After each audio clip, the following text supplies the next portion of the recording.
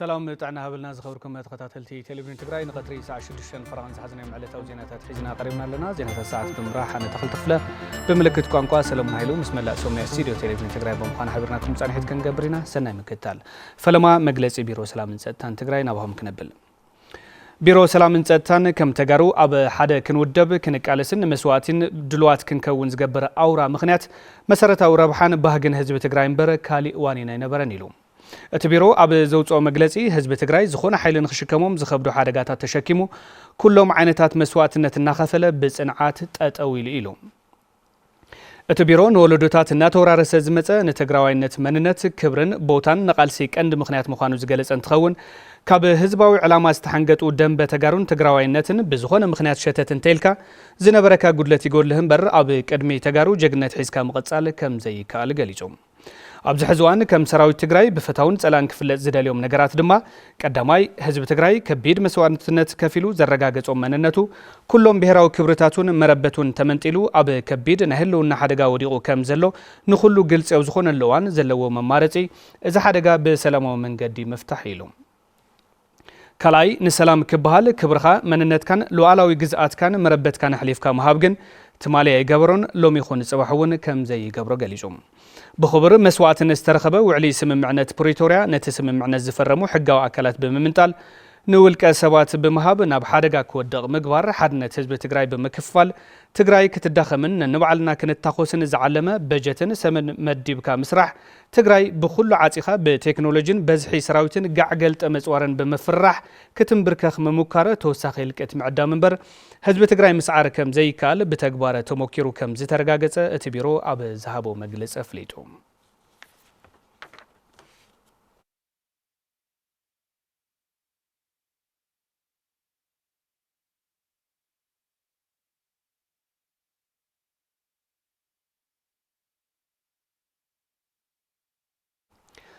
نبرتي سعود عرب رياض تجارو بحدنة 8 مليون بر 10 تخلته بإلكتريك سرحة موتورسايكل محبر دك أنشيو تجارو نروي دما بحدنة ب 6 مليون بر 10 موتورسايكل نقودات أكل تجارل تحقيزهم كومشن حربنيات تجراي بوجنو أبز عمت 100 مئتاوي حكم نازل اليوم وقع تجارلتي نمحكام يسرح اللقيلو نسات سفاي توسخلوا دياسبورا تግራይ ነበርቲ سعوديان ከተማ رياضን ኖርዌይን ዝተዓደጋ 22 بإلكتريك سرحة موتورسايكلات ንጉዳት ተጋደልቲ ተዋሂበን ሓገዝ ተገበረሎም ጉዳት ተጋደልቲ በቲ ሓገዝ ሕጉሳት ከም ዝኾኑ ካልኦት ብጾቶም እውን ክሕገዙ ከም ዝግባእ ገሊጾም ልዕል ብርቅ ቆራጽያ ካብ ሕጽረት ኒዋ ቦምብላ ችግር ነረቃ ሩሕ መንገድ ተኸለኹት ንሽቱ ጓዓዝ ዘለኹ ይቕንዚን ግዛዓቃ ካብ ሓንቲ ግሪ ድማ ሕሳያ ተደክሚያን ንሽቲ ካብዚ ቀብጣ ዓሚት ችግር ነረ ጻዝ መጽያትና ዛ ሞተር ዚያ ተሳን ነገር ዚያ ግን حرفون يا رب راح اسمو بتاخذ صحيه بزيا دسيلني تمنيتها هاوغن كباونيو كماي مالت حقس ومساتم له دخلوا باونيو غانا اللي طلعن همانا لينقاساسو نيرم خزي انا وصينا انا ساتم لصبقت صحلم توكالي تجارو نبرت سعوديان ከተማ رياضን ከባቢያን አይተኪሮስ ካሕሳይን توكالي محبر ተጋሩ ደቂ ኣንስትዮ ነብርቲ ኖርዌይ ተጋዳላይ ሓያሉ ለማን እዚ ሓገዝ ነዞም ኣካሎም ዘወፈይ ጀጋኑ ይሕዶ መንበር ኣይበዝሕን ስለዝኾነውን ውጋት ከሓዊን ዓርሶም ክኽእሉን ዝግበር ሓገዛት ተጠናኺሩ ክቕጽል ኢሎም زنتريون لهم 12 ናይ موتور سايكل ተሽከርከርቲ 1.8 ሚሊዮን ዝወድኣ ተሽከርከርቲ موتور نعاقاتكم جاكانونا رخنا ركب أوزي ترخيبنا لنا مالتيو تسمعنا حقوس بتاع مدس اليو لقد صالون أو جنهم خاننا نجلس نفوتو نعنا قديفنا نعهم خنقبر إيرانيان زجيران نزلوا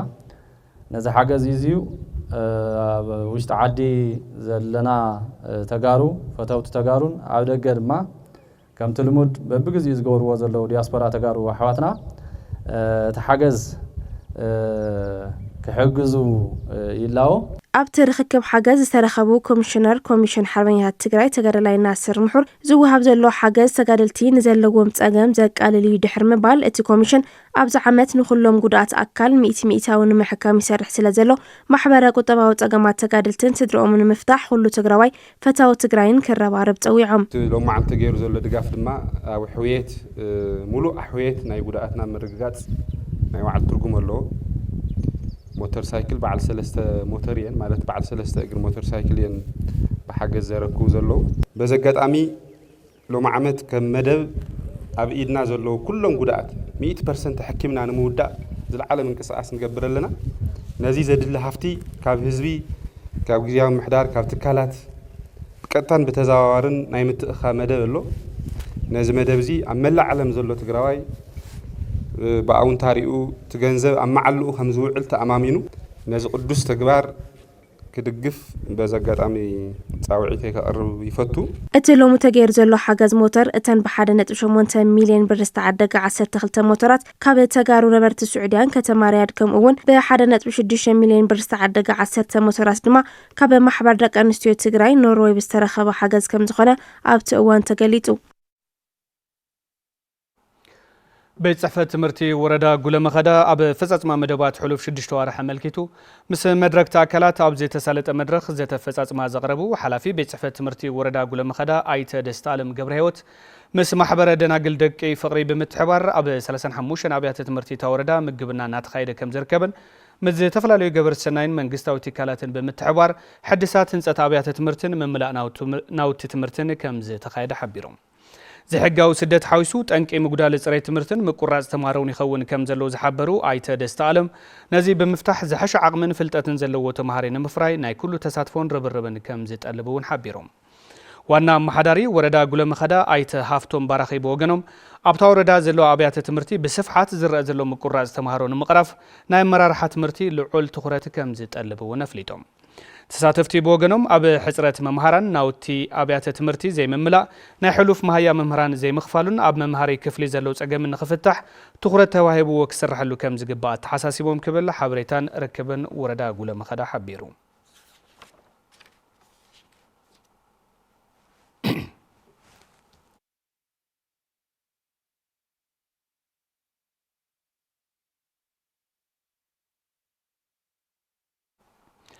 منسي تግራይ مننتون لعلاونتون كخبرن حدنتو كتناخرن سلاماو قالسو كحيلن يغبا تبايلو ازي استغلص ጩራ አቦጊዳ ኪነጥባባው ማህበር ምስ ሕብረት አፍሪካን ሕብረት አውሮፓን በመትሐባር ምጥንኻር ወዳበታት መናሰይ ንህንጸት ሰላምን ዕርቅን ብዝብል ሐሳብ ኣብዘ ሳለጦ ስልጠናዩ ተስፋ ዝጋዓስበ ተኸታቲሉ ከምጽዑ ካቅርቦይ ጩራ አቦጊዳ ኪነጥበባው ማህበር ምስ ሕብረት አፍሪካን ሕብረት አውሮፓን በመትሐባር ዝተዳለወ ኣብ ግደ መናሰይ ኣብ ህንጸት ሰላም ዘድህበ ስልጠና ሂቡ ሰላም ኣብ ዝጠፈሉ እዋንን ከባብን ልዕሊ ኩሉ ዝህሰ መንእሰዩ ዝበሉ ሓላፊ ቢሮ ጉዳይ መናሰይ ትግራይ ኣይተ ሓዩሽ ስባጋድስ መንእሰይ መንነቱን ለዓላውነቱን ብሰላማዊ መንገዲ ከኽብርን ሰላማ መውሓስውን እጃሙ ከበርክትን ይግባ ኢሎም ስለናይ ሰላም በዓል ዋና ክኸውን እንተኾይኑ ንሱ ኣሳትፍካ ንእውን ኣሰልጢንካ በዓል ዋና ጌርካ تقنصون كي يفتر أقدمه نقنص كفتت كي يهب مستفترون تقنص خفتح حب مقبار تعبي درش أو تزخيل تمني سيو مالك بالحناية أمرون بالحناية تحساسبان الناس تتقمك بالعلنة حسابك بحساب بليسك علم النعمنك ناي دبلوماسي تقتلنا فترك ربحات حزب تجري عم الرجاز ناي منا سيد الرشاون لعل سلزخونه عد خاجدي فخات أورينتي مثل لك هادم كم وصع زي كونش أفضل خيو خوينكا أبغون سلام دلاي خوينكا حزب تجري سلاماوي فتح كركب عم مقبر سلوا خفتر كإلى الله تمنيسي سلام عم مفتار كونا عم مزراج قدام من أسي عزوز كم زخونا زجلسوا أبي ينفرست مقالة ممهر سنة زيجان سنة مقبرن جبر هوت من أسي أبتز ربحو ربيبو كسر رحيق بأبها اليوم من أسي مالت أب خبابيو نزفتر سلامن هوكتن وانا تواسعي مالتي غلطي ملكو سلازم منسي افتزربحو ربيو نخسرح حاويرو نخسرح مقبر كجبر زلو سرحيو اوزي لومي سرح زلو مالتي كلهم كفلتات حبرتسب كلهم تكالات اوزي ناي عرسوم زخونه درشا خصاوتو حفتهم جزيئهم قلبتهم كله نتمنى سلام محلاو زخلو عقمتات عم مفتر كساتفون بنقحت ክንቀሳቀሱን ዝግብኦ መሲሉ ይስምዓኒ ኣብቲ ስልጠና ብዙሕ ፍልጠት ከም ዝረኸቡን ክሰፍሑውን ከም ዘለዎን ዝገለጹ ተሳተፍቲ ስልጠና መናእሰይ ብግድኦም ሰላማዊ ማሕበረሰብ ኣብ ምፍጣር ከም ዝረባረቡ ሓቢሮም መንእሰያት ኣብ ዝፍጠሩ ጎንፅታትን ኣብ ዘሎ ሰላምን ብኸመይ ገይሮም ክዕቀብዎ ይኽእሉ ሰላም እዚ ጎንፅነ ብኸመይ ክፈታሕ ከም ዝኽእል ኣቅጣጫ ዘቐምጥ ስምዒት ነይሩ ከም ሲቪል ኣነ ካብ ትራማ ውፃይ ክኾን ይግብአኒ ማለት ሰላም ኢና እንደሊ አትሊስት ሜንታሊ ሰላም ክትኾን ኣለካ ንጎ ተላኢልካ ቤተክርስትያን ከይድካ ካብ ቤተክርስትያን መጽሓ ሰላማዊ ዝኾነ ሶሳይቲ ሰላማዊ ዝኾነ ኣነባበራስ የድልየካ እዩ ስልጠና እዚ ንዞም ኣብ ርእስኻ ዝመላለሱ ጸልማታት ዝገልል እዩ ከም መንእሰይ ኮይነ ንሓደ ዓይነት ስራሕ በቲ ሞያይ ንኽብገስ ንኽጥንክር ብዙሓት ፈተናታት ንኽሓልፍ ዘበረታትዕ ዘጠንክር ዓይነት ስልጠና እዩ ኣብ ዕጥቃዊ ቃልሲ አንጻር ስርዓት ደርጊ መሃይምነት ንምጥፋእ ዝተመስረተት ቤት ትምህርቲ ወያነ ታሪክ ንምዕቃብን ንምስናድን ትሰርሕ ከም ዘላ ማሕበር ቤት ትምህርቲ ወያነ ፍሊጣ እታ ማሕበር ካልኣይ ስሩዕ ጉባኤ እውን ሰሊጣላ ገብረ መድህን ተወልደ መድህን ተወሳኺ ኣሎ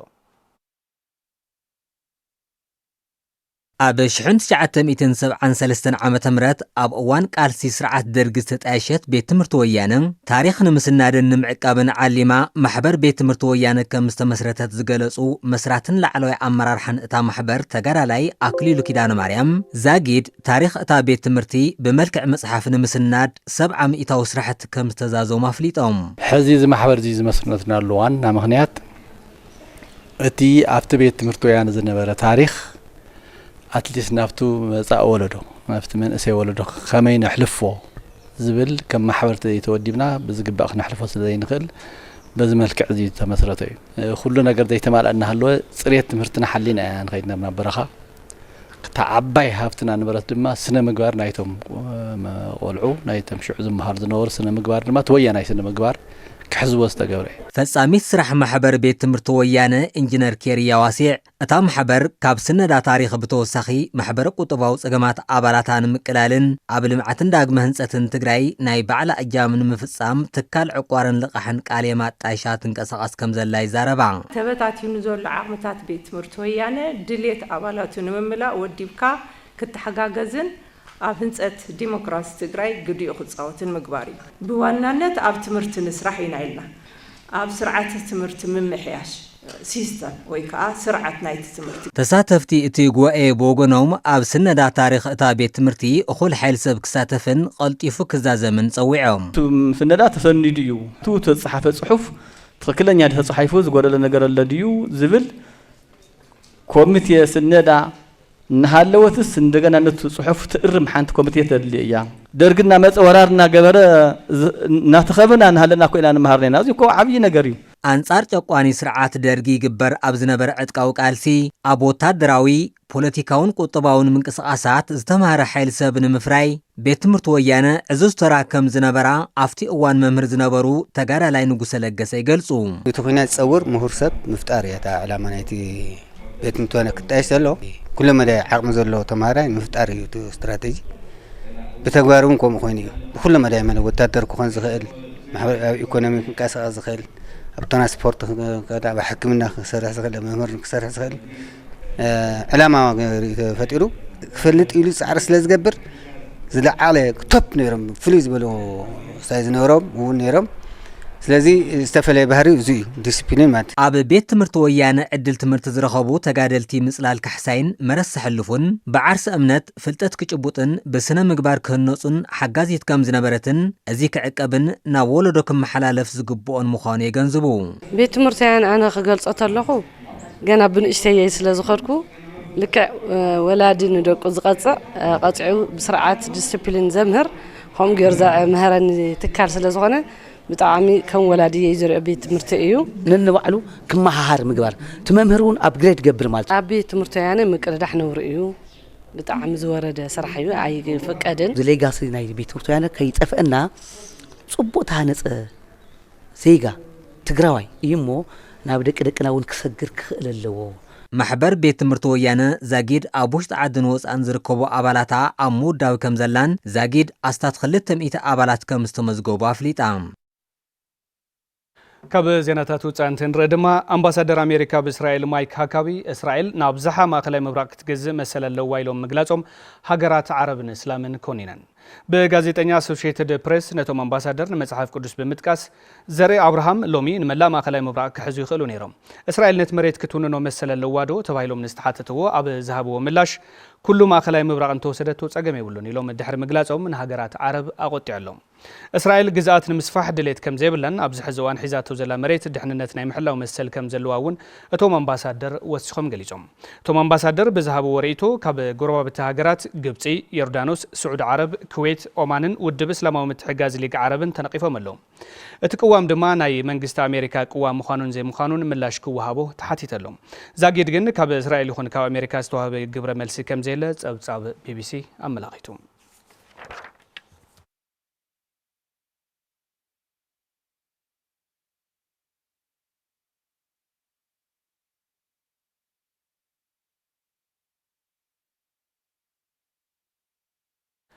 ዝኸበርኩም ተመልከትና ካብዚ ብምቕጻል ጸብጻባት ስፖርት ዝዕለቴና ክንርኢ ድሕሪ ዝሓጸር መሰጋገሪት ድማ ጸብጻባት ስፖርት ውሽጢ ዓድን ወፃን መሰራሕትና ክብሮም ተስፋ ሒዝልና ክቐርብ ሓበርና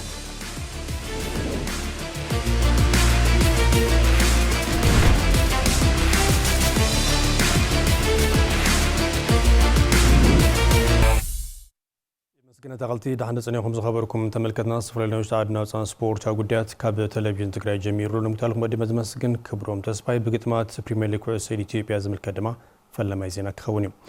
ኣብ ግጥማት ፕሪሚየር ሊግ ኩዕሶ ኢትዮጵያ 2018 ኣብ ምስታፍ ትርከብ ጋንታ ኩዕሶ መቐለ 70 እንደርታ ንቀዳማይ ዙር መርሃ ግብሪ ቀዳሚት ምዃን ዛዚማቶላ ሎማዓን ሶኒ ኣብ ዝተኻየደ 18 ግጥማት ምስ ኮልፌ ቀራኒዮ ክፍለ ከተማ ጾታ ዘካየደት ጋንታ ኩዕሶ መቐለ 70 እንደርታ 38-31 ዝኹነ ውጽኢት ዓወት ብምዝጋብ ድማ ምሪሕነት ሊግ ጠናኺራላ ጋንታ ኩዕሶ መቐለ 70 እንደርታ ብዘካየደቶም 9 ግጥማት ኣብ ኩሎም ተዓዊታ ብ18 ነጥብያን ሊግ ቀዳሚት ኮይና ትመርሕ ዘላ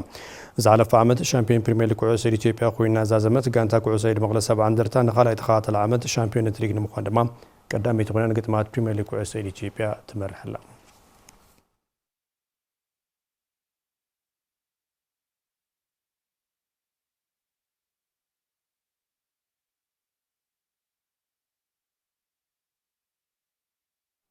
ናብ አትሌቲክስ ምልከቱ ጉዳይ ሰገር ከለኹ ኣብ ሰፍረ ሃገራት ኣውሮፓ ካይድ ጽንሐ ሻምፒዮና ውሽጢ ገዛ ዓለም ብድምር 1500 ሜትሮ አትሌት ብርቀ ሓየሎም ተዓዋቲት ኮይና ዛዚማ ኣብ ሰፍረ ሃገራትን ከተማታትን ብመስረት ዝተካየደን ብርክ ዝበላ አትሌታት ሳተፋሉ ጽንሐ ውድድር እዩ ብድምር ነጥቢ አትሌት ብርቀ ሓየሎም ብ1500 ሜትሮ ሻምፒዮን ምዃና ኣረጋጊጻ ተዓዊታ ዘላ ኣብ ናይ ትማሊ ሰንበት መርሃ ግብሪ ኣብ ፖላንድ ኣብ ዝተካየደ ውድድር ድማ ብ1500 ሜትሮ ኣብ ትውድር አትሌታት ፍረወይና ሃይሉ ብርቀ ሓየሎም ሓረጎይኒ ካሎይን ሳሮን በረን ካብ ትግራይ ኣብ ትውድር ሳትፎ ዝገበራ አትሌታትን ብመሰረዚ ፍረወይና ሃይሉ ካልአይቲ ኮይና ዛዚማላ ብርቀ ሓየሎም ሳልሰይቲ ሓረጎይኒ ካሎይ ድማ ራብዓይ ደረጃ ብምርካብን ዛዚመን ብድምር ውጽኢት ብርቀ ሓየሎም ብ1500 ሜትሮ ቀዳመይቲ ብምዃን ድማ ውድራ ዛዚማላ ሳሮን በረ ሳልሳይ ደረጃ ብምርካብ ዘዛዘመት ካሊ ትግራዊት አትሌት እያ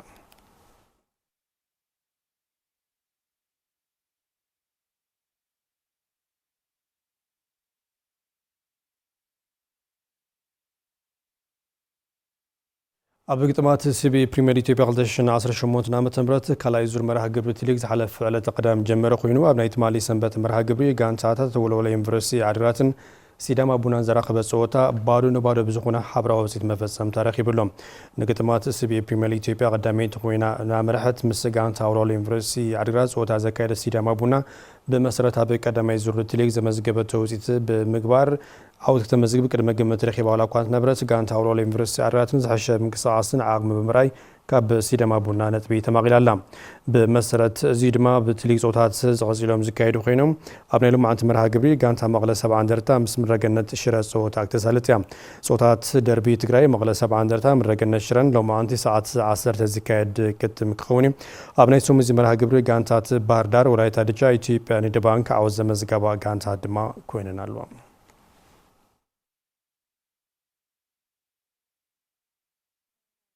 ተናበቡም ሌላ ጥሩ የቆመ ኳስ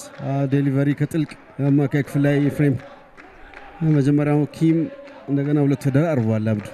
ጨዋታ ውጭም ሆነ ማለት ግሩም ኳስ ከጥልቅ ወታለ የተሻገረ ኳስ ከኪሩ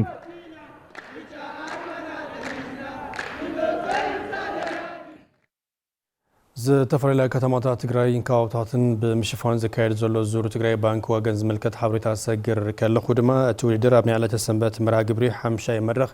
ካብ ከተማ ዓብዪ ዓዲ ናብ ከተማ መቐለ 96 ኪሎ ሜትሮ ሸፈነ ውድድር ኣሳሊጡሎ ፊልሞን ዘረአብሩኽ ተቐዳማይ ብሽክለታ ጋንታ መቐለ 70 እንደርታ ድማ ቀዳማይ ብምዃን ዓወት ዘመዝገበ ተቐዳማይ እዩ መረሳይ ለተወሰኸሉ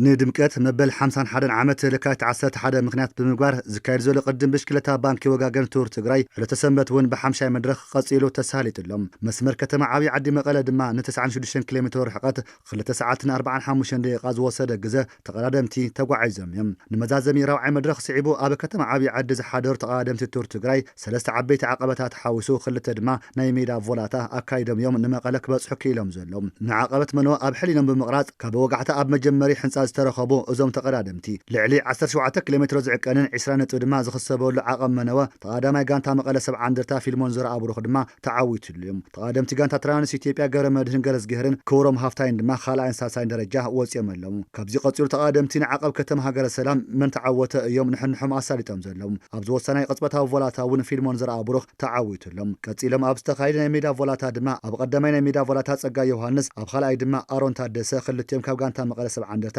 ዕውታት ኮይኖም እዮም ኣብ ዓቐብ መነወስ ተቆራርፁ ተቐዳደምቲ ሰለስተ ካብ ጋንታ መቐለ 70 እንደርታ ሰለስተ ካብ ጋንታ ትራንስ ኢትዮጵያ ሓዊሱ ሓደ ድማ ካብ ጋንታ ፋብሪካ አዲስ መድሓኒት ወልዋሎ ዝሓዘት ዓባይ ጉጅለ ንገረብ ግባ ኣብ ዝበፅሐትሉ እዋን ነቲ ከቢድ ዓቐብ ንምሕላፍ እውን ከቢድ ንሕንሕያ ኣካይዳ ኣብዚ እውን ናይ ትማል ድኽመታ ዘከሓሰት ጋንታ መቐለ 70 እንደርታ ብፊልሞን ዘረአብሩኻ ኣቢላ ተዓዊታላ ገፀ በረከት ናይዚ ውድድርን ቀንዲ መናሓንሕቲ ዝኾኑ ገረዝጌር ገብረ መድህን ካብ ጋንታ ትራንስ ኢትዮጵያ ደስታ ዓለም ገብረ መድህን ድማ ካብ ፋብሪካ አዲስ መድሓኒት ወልዋሎ ካልኣይን ሳልሳይን ደረጃ ወፂኦም እዮም ብየማንን ፀጋምን ብርክት ዝበለ መፍቀርቲ ስፖርት ብሽክለታ ከተማ መቐለ ተዓጅቦም ናብ መዛዘሚ ሓወልቲ ሰማዕታት ዘቕንዑ ተወዳደርቲ ኣብ ናይ መወዳእታ ቅፅበታዊ ቮላታ ምስ ኣባል ጋንታ ትራንስ ኢትዮጵያ ክብሮም ሃፍታይ ክሳድ ንኽሳድ ተሓናኒቑ ዝኣተወ ፊልሞን ዘረአብሩኽ ድማ ዕውት 50 መድረኽ ኮይኑሎም ኣብ ከባቢ ገረብጓ ዝወደቐን ካብ ርሕቐት ብሓያል ሓቦን ኒሕን ዘርከበ ክብሮም ሃፍታይ ድማ ካብ ጋንታ ትራንስ ኢትዮጵያ ፈውሲ ድኻሙ ካልኣይ ደረጃ ወፂኡ እዩ ንኣብዝሓ ኪሎ ሜትራት ክመርሕ ዝወዓለ ጸጋይ ዮሃንስ ድማ ሕዚ እውን ካብ ጋንታ መቐለ 70 እንደርታ ሳልሳይ ደረጃ ብምዃን ውድድር ዛዚሙሎም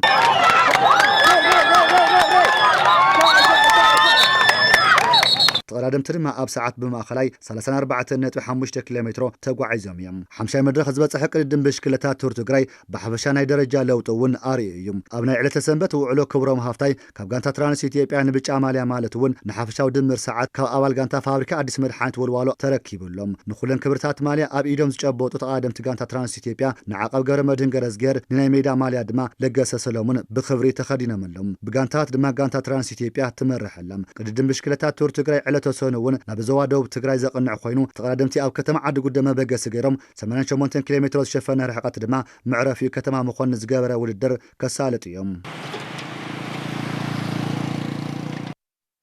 ካብ ብዙ ውድድር ዝምልከት ዛዕባ ከወፃና በቲ ውድድር ዝሳተፉ ዘለዉ ተቐዳደምቲ ሰልጠንትን ተሪፎም ኣብ ዘለዉ ውድድራት ውፅኢቶም ብምዕቃብ ብሻምፒዮነት ንምዛም ከም ዝወዳደሩ እዮም ተዛሪቦም እዚ ንምረሳይ ለተወሰኸሉ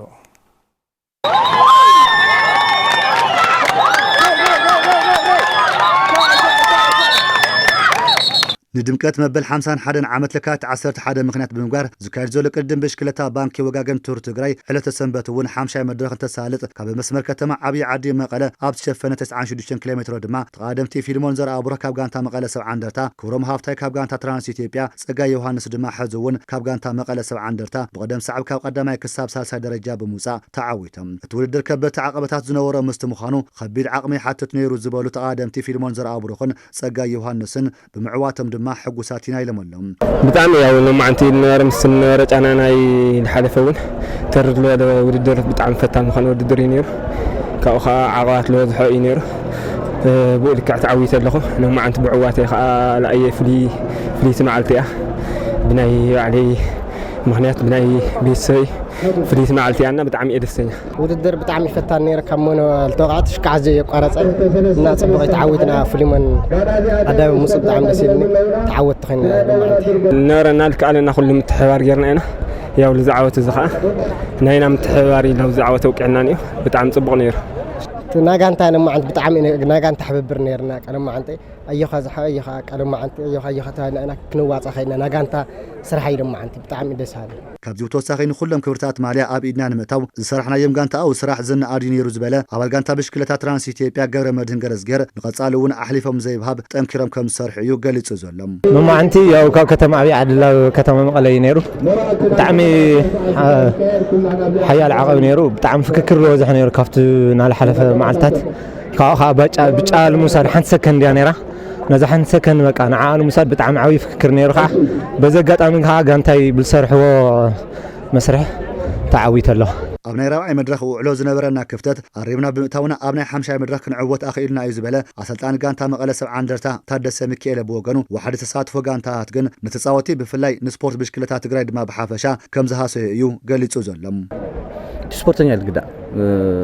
ከምቲ ትፈልጦ ምክንያቱም ዓቕሚ ካልእ ክተውፁ በዝሒ ስፖርተኛ ክልት ኣለዩ ምክንያቱም ካብ ሰለስተ ኔና 6 ጋንታታት ትኾና ነርና ከምቲ ኖሮ ናይ 6 ጋንታታት ለላ በዝሒ ስፖርተኛ ኣሎ እቲ በዝሒ ስፖርተኛ ክልት ኣሎ ድማ በዝሒ ሽካታታት ከዝሕ እዩ በዝሒ ስፕሪንት እኒአዩ በዝሒ ዓቐብ እኒአዩ ስለዚ ኣብ ብዙሕ ዓብ ንሕድሕድ ጋንታ ናይ ዓቐብ ኣለዉ ናይ ስፕሪንት እኒአዩ ናምናም ሙሉእ ብሙሉእ እቲ ዓቕሚ ካልእ ክትውፁ ከም ነበረካ ፅቡቕ ክትኾን ይገርካ እና ከም ትግራይ እውን ናኸስር ተን ጋንታታት ከምዚ ምግባርና ተጫወተ ኣንሕና ብስክሌት ብትግራይ ንፍለጦ ብብስክሌት እዩ ከምዚ ዓይነት ቅብልትለ ናቱ ስፖርት ላቐተልና ኢና ኸድለናና ጥንቃቐ ተገይሩ ምልሲና ርኢና ሓደ ነገር መፍትሒ ተዝፍጠር ይሕይሽ እዩ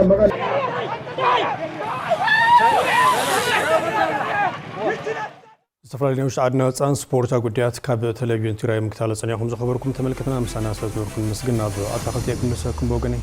ሰናይ ግዜ